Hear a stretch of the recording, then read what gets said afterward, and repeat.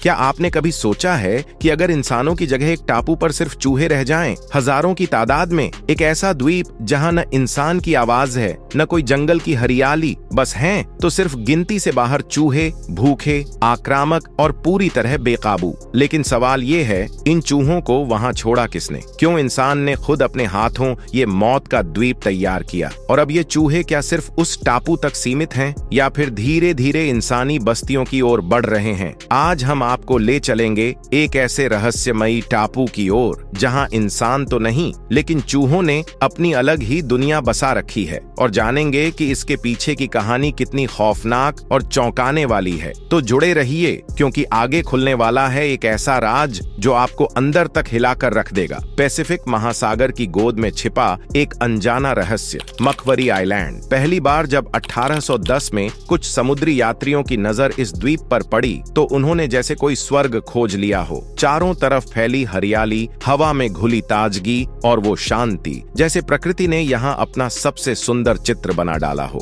यह आइलैंड खास था। यहाँ एलिफेंट सील्स और रॉयल पेंगुइन्स की हजारों की तादाद में मौजूदगी इसे जीव जंतुओं की स्वर्ग भूमि बना रही थी। ऊंची ऊंची टसोक ग्रास की झाड़ियां, दुर्लभ पौधों की प्रजातियां और एक ऐसी जैव विविधता जिसे देखना किसी सपने से कम नहीं था। सबसे अनोखी बात यह थी कि इस द्वीप पर कोई भी प्राकृतिक शिकारी मौजूद नहीं था, यानी यहाँ के जीव शांति और सुरक्षा के साथ फल फूल रहे थे। लेकिन ये संतुलन ज्यादा दिन तक नहीं टिक सका। धीरे धीरे इंसानी लालच ने इस जन्नत में दस्तक दी। शिकारी सील्स और पेंगुइन्स का शिकार करने यहाँ पहुंचने लगे, पर असली विनाश उनके साथ आए एक अनजाने दुश्मन से शुरू हुआ, चूहे। ये छोटे छोटे जीव जहाजों में छिपकर इस द्वीप तक पहुंचे और फिर धीरे धीरे वहां अपना कब्जा जमाने लगे। शुरुआत में इन चूहों को किसी ने गंभीरता से नहीं लिया, लेकिन जैसे जैसे उनका प्रजनन दर सामने आया, लोगों के होश उड़ गए। एक मादा चूहा 12 से 20 बच्चों को जन्म देती है,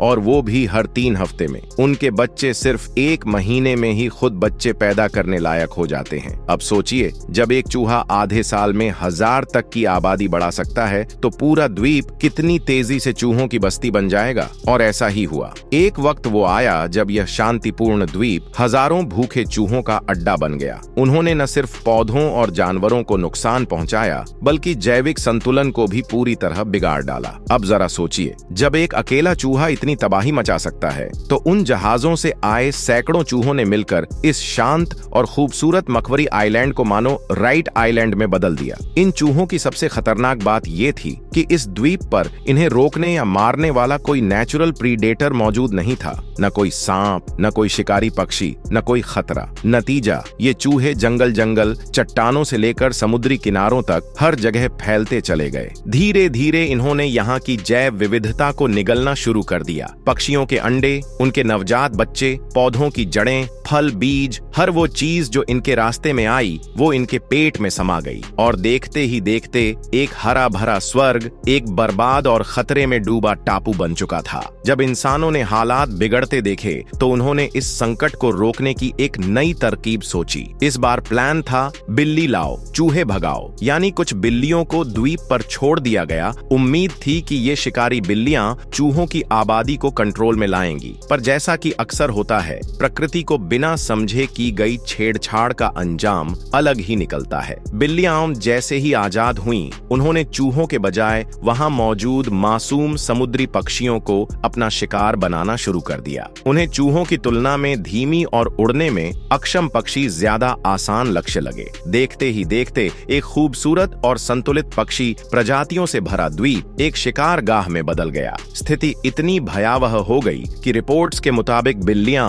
हर साल लगभग 60,000 पक्षियों को अपना निवाला बना रही थीं, यानी औसतन रोज 160 से ज्यादा। इसका सबसे दर्दनाक असर पैराकीट नाम की एक खूबसूरत पक्षी प्रजाति पर पड़ा, जो इस द्वीप की पहचान थी। लेकिन बिल्लियों की वजह से यह प्रजाति हमेशा के लिए विलुप्त हो गई। अब हालात यह थे कि एक तरफ बिल्लियां पक्षियों को खत्म कर रही थीं और दूसरी तरफ चूहे बेखौफ होकर और तेजी से बढ़ते जा रहे थे। यहाँ तक कि अब तो चूहे इन बिल्लियों से भी नहीं डरते थे। मकवरी आइलैंड अब पूरी तरह 2 बाहरी प्रजातियों चूहों और बिल्लियों के कब्जे में आ गया था और यहीं से इस द्वीप पर तीसरे विनाश का अध्याय शुरू हुआ। एक ऐसा विनाश जो अब केवल एक इकोलॉजिकल इमरजेंसी नहीं बल्कि इंसानी लापरवाही का एक जीता जागता उदाहरण बन चुका था। असल में समुद्र में लंबी यात्राएं करने वाले नाविक अक्सर अपने जहाजों में रैबिट्स यानी खरगोश पालते थे ताकि अगर सफर के दौरान कोई एक्सीडेंट हो जाए और खाना खत्म हो जाए तो सर्वाइवल के लिए उन्हें खाया जा सके। ठीक ऐसा ही एक हादसा इस आइलैंड के पास भी हुआ। एक जहाज की दुर्घटना हुई और उस जहाज में मौजूद सारे रैबिट्स किसी तरह बाहर निकलकर सीधे इस आइलैंड पर आ पहुंचे। इसके बाद जो हुआ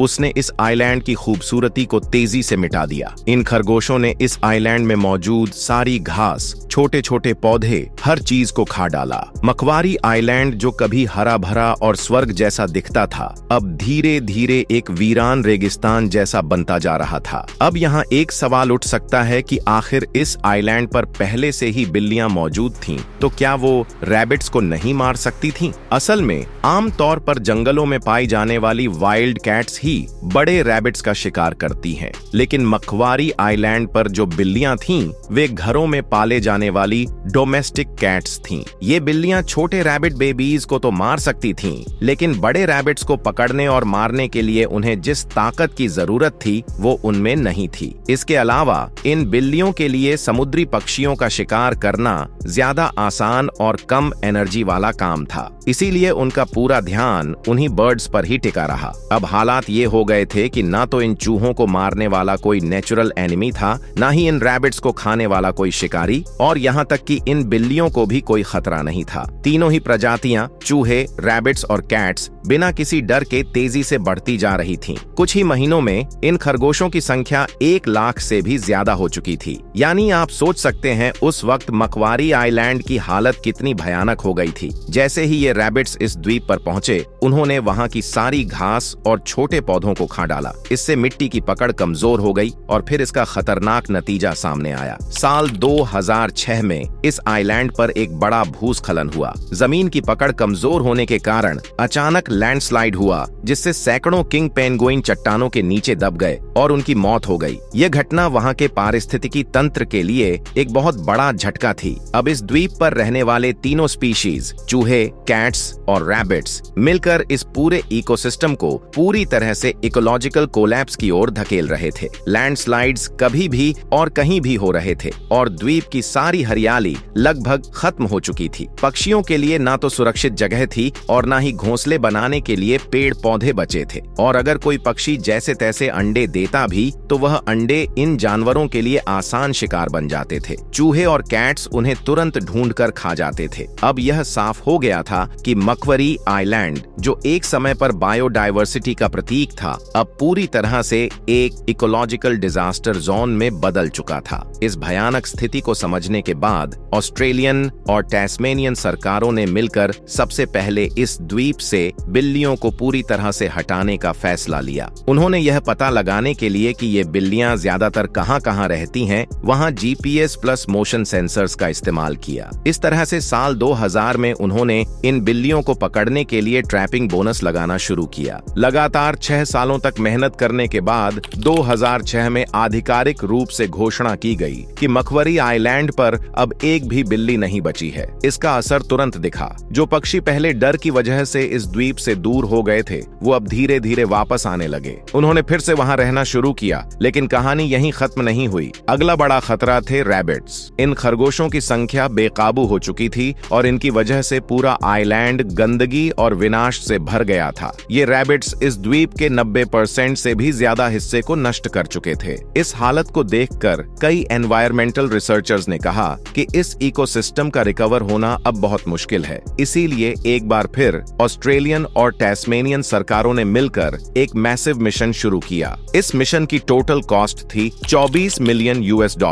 इस मिशन का मेन उद्देश्य था मकवरी आइलैंड में मौजूद सभी चूहे और रैबिट्स को पूरी तरह से हटाना और और वहां के ओरिजिनल इकोसिस्टम को वापस लाना। सबसे पहले उन्होंने फैसला लिया कि यहाँ के सारे रैबिट्स को पूरी तरह से एलिमिनेट किया जाएगा। इस मिशन को सफल बनाने के लिए बायो वैज्ञानिकों ने एक स्पेशल बायोलॉजिकल वेपन का इस्तेमाल किया जिसे कहते हैं हेमोरेजिक डिजीज वायरस। अब चूंकि रैबिट्स को गाजर यानी कैरेट्स बहुत पसंद होती हैं, तो इस वायरस से संक्रमित किए गए कैरेट्स को पूरे द्वीप में फैलाकर फेंका गया। जैसे ही उन कैरेट्स को रैबिट्स ने खाया, उनमें वायरस फैल गया और वो धीरे धीरे मरने लगे। इस बायोलॉजिकल ट्रिक से करीब 70% रैबिट्स खत्म हो गए। लेकिन अब भी एक बड़ी चुनौती बची थी, बाकी बचे हुए रैबिट्स और सबसे ज्यादा समस्या पैदा करने वाले चूहे। अब इन दोनों को खत्म करने के लिए वैज्ञानिकों ने एक और स्मार्ट प्लान बनाया। उन्होंने सोचा कि अगर हम इन्हें विंटर सीजन यानी शीतकाल में खत्म करें तो पक्षियों को नुकसान नहीं होगा, क्योंकि सर्दियों में समुद्री पक्षी इस आइलैंड को छोड़कर दूसरी जगह माइग्रेट हो जाते हैं। अगर ये ऑन ऑपरेशन किसी और मौसम में किया गया होता तो इसका खतरा और भी बड़ा हो सकता था, क्योंकि अगर जहरीला चारा खाकर मरे हुए चूहों या खरगोशों को पक्षी खा लेते तो वो भी इस जहर का शिकार बन सकते थे। इसी वजह से वैज्ञानिकों और विशेषज्ञों ने बड़ी सावधानी से इस मिशन को सर्दियों में अंजाम देने का फैसला किया, जब ज्यादातर पक्षी द्वीप छोड़ चुके थे। इस बेहद चुनौतीपूर्ण ऑपरेशन के तहत हेलीकॉप्टर्स की मदद से करीब 300 टन जहर मिला हुआ चारा पूरे मखवरी आइलैंड पर फैलाया गया। नतीजा तुरंत दिखा, हजारों की संख्या में चूहे और बचे खुचे खरगोश खत्म हो गए। लेकिन काम यहीं खत्म नहीं हुआ। अब वैज्ञानिकों के सामने सबसे बड़ा सवाल था, क्या कोई भी चूहा या खरगोश सच में नहीं बचा है? क्योंकि अगर महज एक जोड़ा भी जिंदा रह गया तो वही कहानी दोबारा शुरू हो सकती थी, फिर से प्रजनन, फिर से विनाश। इस अंतिम चिंता को दूर करने के लिए एक असाधारण कदम उठाया गया। स्पेशली ट्रेंड डिटेक्शन डॉग्स को मखवरी आइलैंड पर भेजा गया। इन कुत्तों को खास तौर पर चूहों और खरगोशों की गंध पकड़ने और उन्हें तलाशने के लिए ट्रेन किया गया था। महीनों तक ये डॉग्स द्वीप के हर कोने, हर झाड़ी, हर पत्थर के नीचे छानते रहे। उनकी मदद से उन बचे खुचे जीवों को भी ढूंढ निकाला गया जो इंसानी आंखों से छिपे रह गए थे। इस लंबे और मेहनत भरे मिशन के दौरान वैज्ञानिकों की टीम ने न सिर्फ पूरी सतर्कता दिखाई, बल्कि महीनों तक द्वीप पर डेरा डालकर चप्पा चप्पा छाना। करोड़ों रुपए खर्च हुए, लेकिन आखिरकार 8 अप्रैल 2014 को ऑस्ट्रेलिया और तस्मानिया सरकार ने यह घोषणा की कि मखवरी आइलैंड अब पूरी तरह से चूहों, खरगोशों और बिल्लियों से मुक्त हो चुका है। इस सफलता ने पूरी दुनिया में एक नई उम्मीद जगाई कि अगर इंसान ठान ले तो वह किसी भी बर्बाद हो चुके पारिस्थितिकी तंत्र को दोबारा संजीवनी दे सकता है। ये मिशन सिर्फ एक द्वीप की कहानी नहीं, बल्कि हमारे पर्यावरण को बचाने की मिसाल बन गया। तो दोस्तों, आपको कैसी लगी यह अनसुनी और सच्ची कहानी? नीचे कमेंट करके जरूर बताइए। और अगर ये वीडियो आपको रोचक लगी हो तो उसे लाइक करें, शेयर करें और ऐसे ही दिलचस्प और जागरूक करने वाले कंटेंट के लिए हमारे चैनल को सब्सक्राइब करना बिल्कुल न भूलें। फिर मिलते हैं अगली कहानी में। धन्यवाद।